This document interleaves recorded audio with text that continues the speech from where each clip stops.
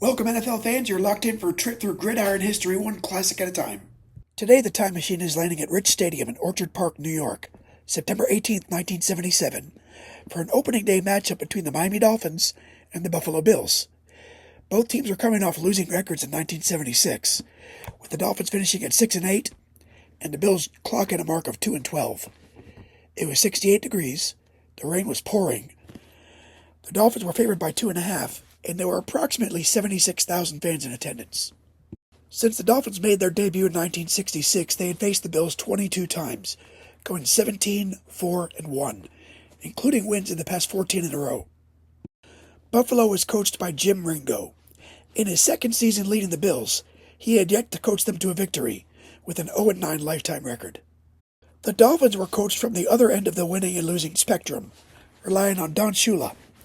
Including his time with the Baltimore Colts, Shula had earned a mark of 145, 47, and 5, along with the 10-6 postseason record.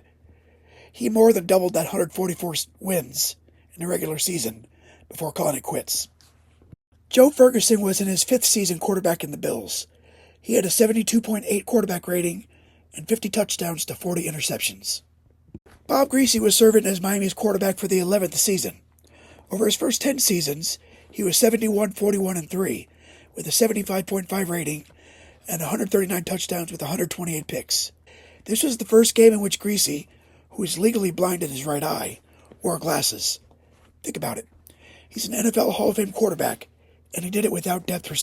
As far as Hall of Famers go, the Bills had O.J. Simpson, guard Joe Delameliuri in the lineup, along with Ringo, who made it as a center, while the Dolphins had Bob Griese, center Jim Langer, and guard Larry Little, as well as the eventual 1977 Defensive Rookie of the Year, A.J. Dewey. I got my highlights from the YouTube channel All Highlights. It's the only trace of the game I could find on YouTube. Buffalo's Rich Stadium, where quarterback Joe Ferguson returned from a year of injury carrying a football. It would be the last time a Bill would have a firm grip on things all afternoon.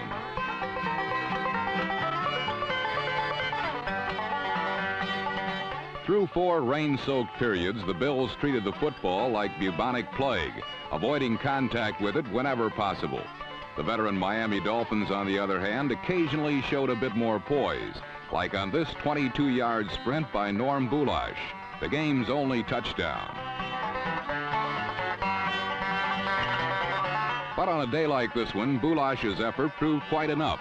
Buffalo's strong offense never did get on track, as O.J. and company played water polo with every scoring opportunity. The Bills haven't beaten Miami since 1969. Last Sunday was no exception. But while there was sadness in Buffalo, there was good old down-home contentment in Houston. He completed 9 of 19 passes for 84 yards and a 60.0 rating. Nat Moore led the receiving corps with 4 catches for 31 yards.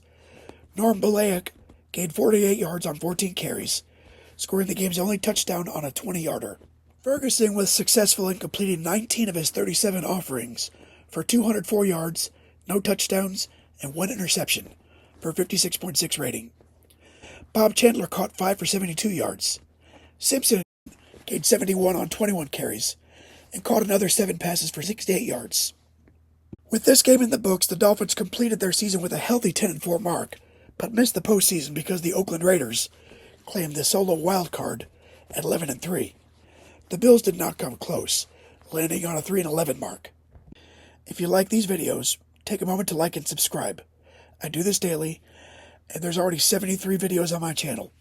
I plan on doing another 17,804, plus however many games they play while I'm doing that.